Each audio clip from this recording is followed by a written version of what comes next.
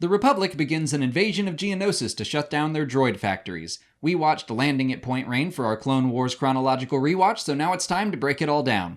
Anakin, Ahsoka, Obi-Wan, and Ki-Adi-Mundi are separated before they even reach the landing zone on Geonosis. Obi-Wan is injured and pinned down and has to defend against the Geonosians until his Jedi friends are able to rescue him.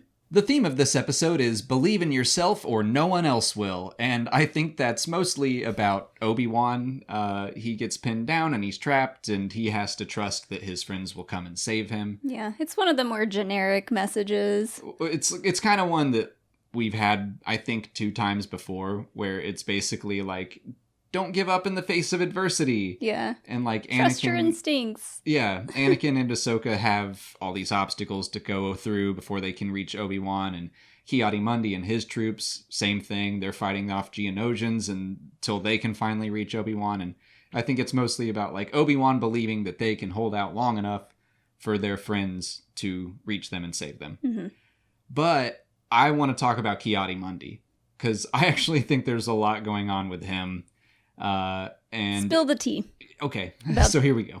At the start of the episode, Admiral Yularen says, good luck, and he gives him this snarky, like, there's no such thing as luck, and flies off, which, first of all, is just rude. Like, he's trying to just say, like, don't die. Yeah, like, you just spat in his face. And then 5 minutes later, they crash, and he literally says, with a little luck, we can do this. And it's like, oh, okay. I thought there was no such thing as luck. All that head, where's the brain? He's got a big head. That's, I mean, literally and metaphorically. But, like, I know that that's just kind of... I've seen that thrown around online just as, like, a silly, hey, but he just said there's no thing as luck. But I think that actually is kind of important, that these Jedi cliches immediately break down once you're on the battlefield. Right.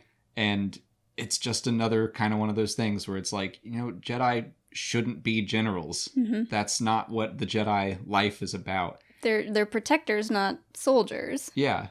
And then we have, like, Anakin and Ahsoka have this competition the whole time where you were like, okay, it's Legolas and Gimli. Yep. This episode was very Two Towers. Yes. For me. I mean, they even have to do that fight on the big wall. Mm-hmm. But they have this fight, or, like, competition to see who can shut down the most droids. And then at the end, Ki-Adi-Mundi is like, I got 65. What do I win? And, I mean, it's, again, played off as laughs, but yeah, I was like... it's meant to be a joke. I was like, you've literally been slaughtering Geonosians this whole time, and you've kept count. Like, they're living beings, and this episode is brutal to the Geonosians. It really is. They set them on fire.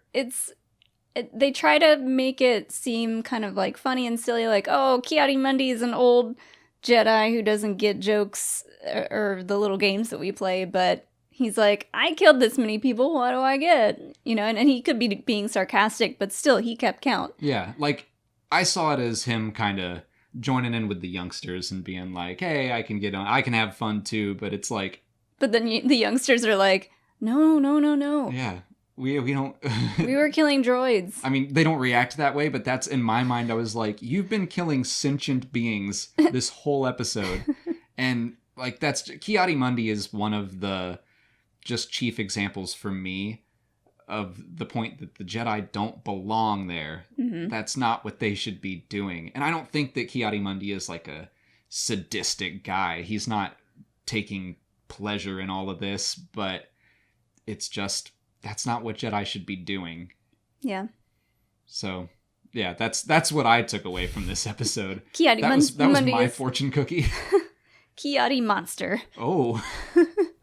Before wrapping up, let's go over some of the random pieces of trivia from the episode. Obi-Wan's gunship has a Nexu painted on it with the words Bad Kitty written on it in Arabesh. Bad Kitty was the ILM animation crew's nickname for the Nexu during the making of Attack of the Clones. Ki-Adi-Mundi's gunship has a skull-faced clone trooper helmet painted on it with the phrase Separatist Nightmare written on it. The awesome, long traveling shot of Anakin and his troops charging the final Geonosian front is a nod to a similar shot in the film The Longest Day. You can also find those facts on StarWars.com's episode guides, and they're currently doing a rewatch on their website as well if you want to watch along. I'll put a link in the description to all the episodes listed out chronologically, but that's it for today. Next week, we'll watch Season 2, Episode 6, Weapons Factory, if you want to watch along. If you haven't already, please like this video, subscribe to the channel, follow us on Twitter, Instagram, and Facebook, and consider checking out our Patreon page. As always, thanks for watching, and may the Force be with you.